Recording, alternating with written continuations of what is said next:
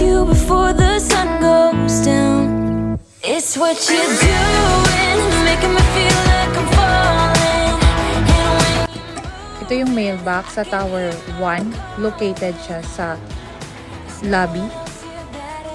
but you, it's what you're doing that's making me feel like I'm falling. Hi everyone and welcome back to my YouTube channel. So, andito ako ngayon sa S Residences. I-vlog ko yung 1 bedroom with balcony facing sa Hotel 101. So, it's Suite B pero naparent namin ng 25,000 kahit Suite B siya. So, ipapakita ko sa inyo kung ano yung ginawa kong setup para siya magustuhan nung tenant. So, ang unit niya is sa 12th floor. Samahan ninyo ako. So, ito yung hallway dito sa S Residences. So, meron siyang wing A, dito yon, and wing B, yun. Dito ang wing B. So, if ever, yung unit ninyo is may same unit number. Pero ang mangyayari, ganito lang. May A sa unahan, so wing A. And kapag ang wing B naman, dito, ganito yung simula. May B. So baka magkamali kayo, pumunta kayo sa ibang unit. Like for example, ang unit ninyo is 10, 12. So bago kayo pumunta, i-check nyo muna kung wing A or wing B.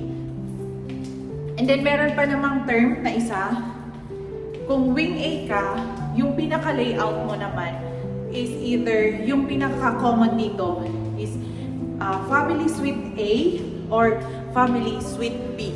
So, ano naman sa dalawa yung pinagkaiba nila? I-focus tayo sa suite B dahil yung unit natin is suite B. Tulad nito. Yan. Wing A, 12th floor, unit 24. So, ganyan.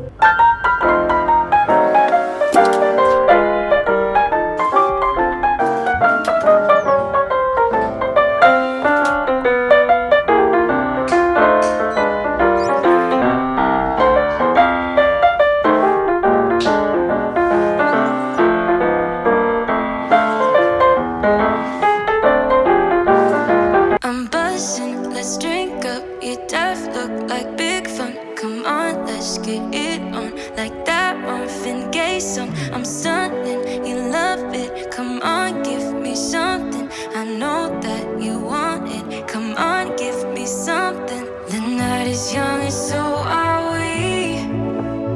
So maybe you should leave with me. The night is young and so are we, baby. The night is young, so let's have some fun. If you love me right, yeah, this could be the summer of our lives now, honey. Give it to me like you know you should now, baby. This could be the summer of our lives, the summer of our lives. Yung unit na to is rented na. And then may request lang si tenant, which is to follow na lang. Isang small table and then TV. So, to follow na lang namin dahil mamaya papasok na siya eh. So, inayos na namin yung mga documents niya sa admin. Like for example, move-in clearance. And then, nagpasa din kami ng contract, ID ng SPA.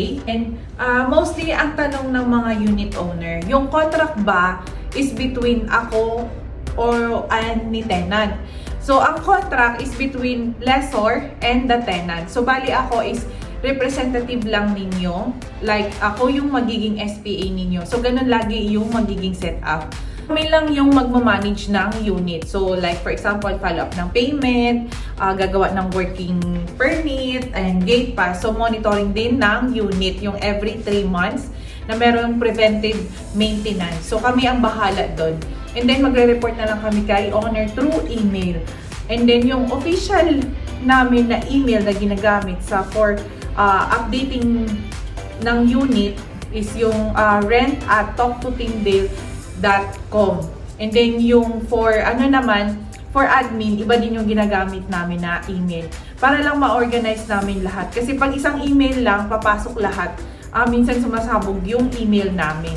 And then, kung bago ka naman na unit owner and then gusto mong mag-avail, email mo lang ako sa inquiry@talktotyndale.com para ma-send ko sa inyo yung mga contract and then agreement between sa amin, management and sa inyo na mga unit owner. So, ayan. So, yung unit owner nito is from Davao. So, since ang gusto ko lang kay Sir, kay Bisaya man sad siya, and then Bisaya sad ko, then nagkaintindihan me na as Bisaya. So, smooth lang ang among transaction ba, nga na. And then si Sir is from Davao, ako naman is from Bukidnon, si Father. And then si Mother is taga Romblon. Yan, so, yan. Simulan na natin ang tour dito sa 1 bedroom with balcony, Suite B. Sunsets on fire, tell me your desires. We're not getting tired, baby, take me higher. I'm something, you love it, come on, give me something. I know that you want me. Sir Anthony, magbablog na dapat ako, and then may dumaan na tenant. How much daw? Eh sabi ko taken na to, so mag-offer na lang ako ng ibang unit sa kanila. And then nagustuhan kasi nila. Sabi ko mag-move in na ngayon. So ibang unit ang i-offer ko. Kapitbahay lang dun, sir. So Sir Anthony, mag-i-start na ako. So ito yung unit ninyo.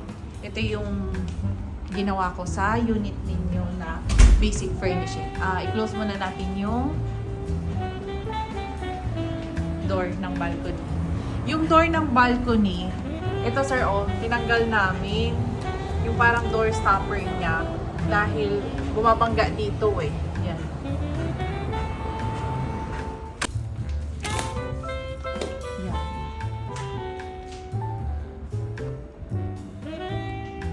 So, ang ginawa namin dito sa curtain is winol to wall namin.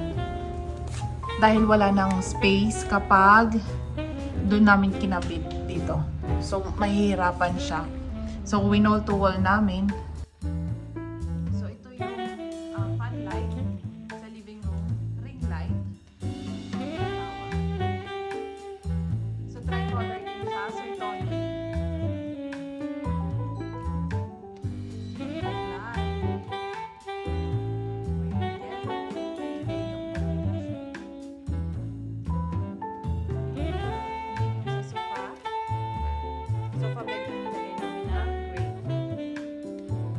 Dining area, same din yung nilagay namin.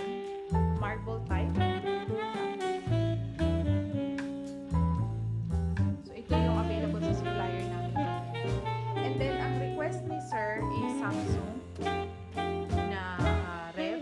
And then, sa microwave is American. Same din dito.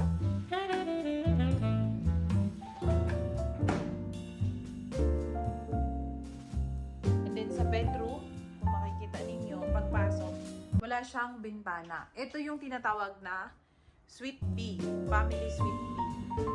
And then, maraming nagtatanong kung bakit dito namin nilagay yung aircon sa bedroom. Kapag dun kasi namin nilagay, parang super layo, tapos hindi siya papasok agad yung lamig.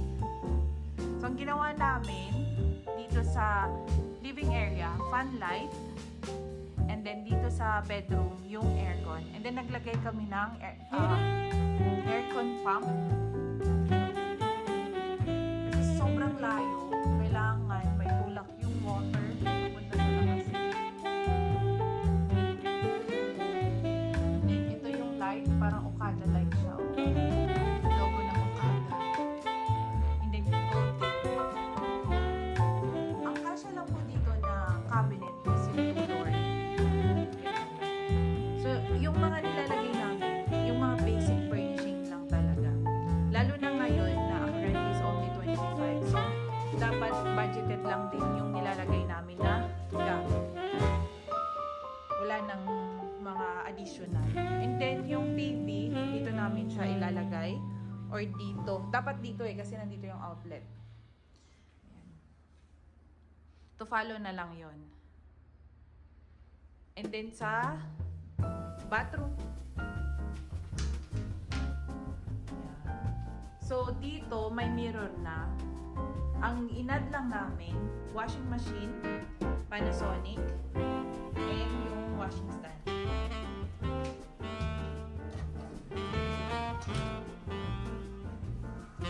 And then, shower curtain, and then shower heater. Ito yung prefer ng mga Chinese na shower heater.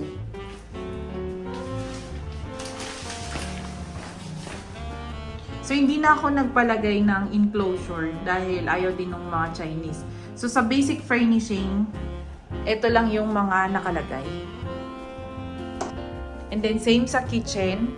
Wala na kaming additional na nilagay or yung mga utensils, mga kailangan dito. Dahil si tenant na yung magpo-provide nun. And then, ito, ang grill strap na kailangan nating i-maintain every 3 months.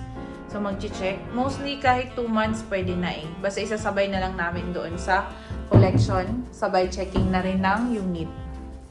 And then, ito, importante din dito ang fire extinguisher. Dahil hindi makakamove in si tenant kapag walang fire extinguisher. And then, ito, yung aircon. 2 to 3 months. So, kailangan namin i-check to. And then, kung subject na ba siya sa cleaning, depende sa paggamit ni tenant. So, kasama siya sa preventive maintenance monitoring namin.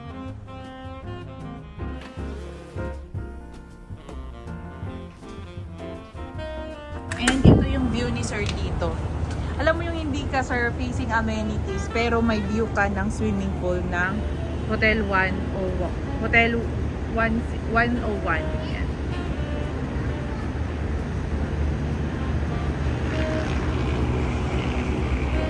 So, dito na side yung Makapagal. And then, dito na side is yung Shell Residences.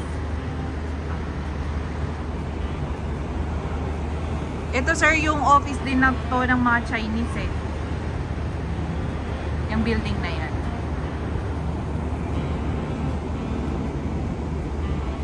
So, sir, ito na yung unit mo and congratulations dahil may tenant na po tayo. Nag-sign na ng contract and then sinend ko na rin po sa inyo. Ang isi-send ko na lang is yung unit report and then either monthly report ng status ng unit ninyo. Ayun. And thank you sa lahat ng nanood and then sa mga unit owner na gustong magpa-handle, i-email nyo lang kami sa inquiry@talktoteamdale.com. See you in my next vlog. Bye!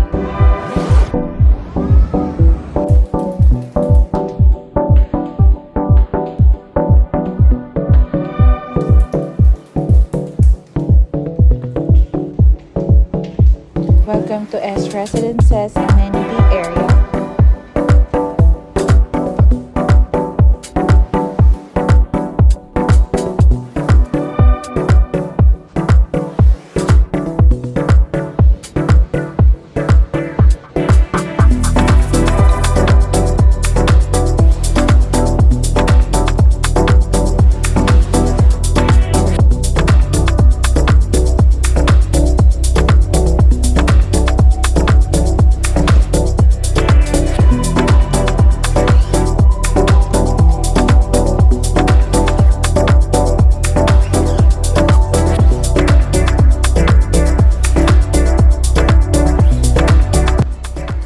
Turnover Lounge is located in 2nd floor dito sa amenity area sa Tower 1.